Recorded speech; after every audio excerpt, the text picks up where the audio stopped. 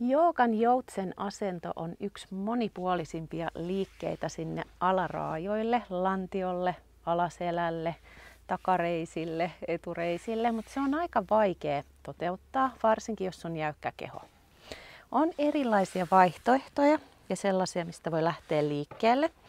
Eli voi lähteä ihan niinkin aluksi, että saadaan vähän avausta sinne lonkkaan, niin tuot toisen jalan sinne koukkuun jalkapohja, joko polven sisäreunaa tai sitä reiden sisäosaa vasten.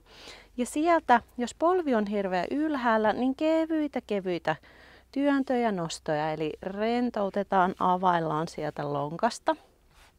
Seuraava vaihtoehto, kun siellä alkaa olla enemmän sitä tilaa, niin voi tehdä alaspäin taivutusta ja nostoa.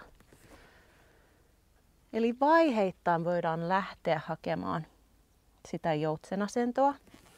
Seuraava vaihe tästä voisi olla se, että lähdetäänkin viemään enemmän auki sitä suoraa jalkaa ja sieltä taivutuksia alas, ylös. Eli enemmän vaan tehdään tilaa sinne lantioon. Siitä seuraava vaihe. Voidaan tulla niin kutsuttuun aitajuoksuasentoon niin, että sulla voi olla täällä takana vaikka polsteri tai iso tyyny ja sä ikään kuin kaadut taaksepäin, eli se todella annat sen kehon pudota sinne taakse, jolloin pelkästään jo tässä oleminen lähtee avaamaan tätä lonkkaa ja reittä. Syviä hengityksiä. Ja koitetaan päästää irti niistä jännityksistä täällä.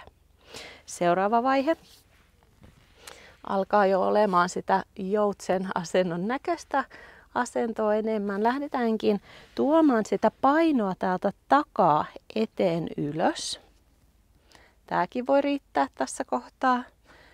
Haetaan enemmän sinne avausta. Työnnetään sitä takimaista jalkaa taaksepäin. Ja sieltä sitten, kun sen aika on, niin päästään siihen varsinaiseen joutsen asentoon. Eli sieltä pitkä jalka taakse. Edessä tämä kantapää tulee pois sieltä kehon alta. Ja variaatiot tähän, kun pääsee tänne jo, niin voi olla täällä ylhäällä. Voi myös ottaa ison tyynyn, polsterin on aika ihana laskeutua sen päälle ja rentoutua. Tai sitten voi tulla kyynärnojaan. Jotkut tykkää laittaa kädet pitkälle eteen ja laskeutua laittamaan otsaa sinne mattoon. Mutta todellakin on täysin sallittua tässäkin, kun ennen kuin tulee tähän varsinaiseen joutsenasentoon, niin voit vielä tuoda sitä painoa sinne etumaisen jalan pakaran päälle. Eli voi pudota vielä sinne. Ja sitten sieltä vasta lähteä työntämään pituutta ja kääntämään sitä napaa alaspäin kohti mattoa. Eli vaiheittain eteenpäin.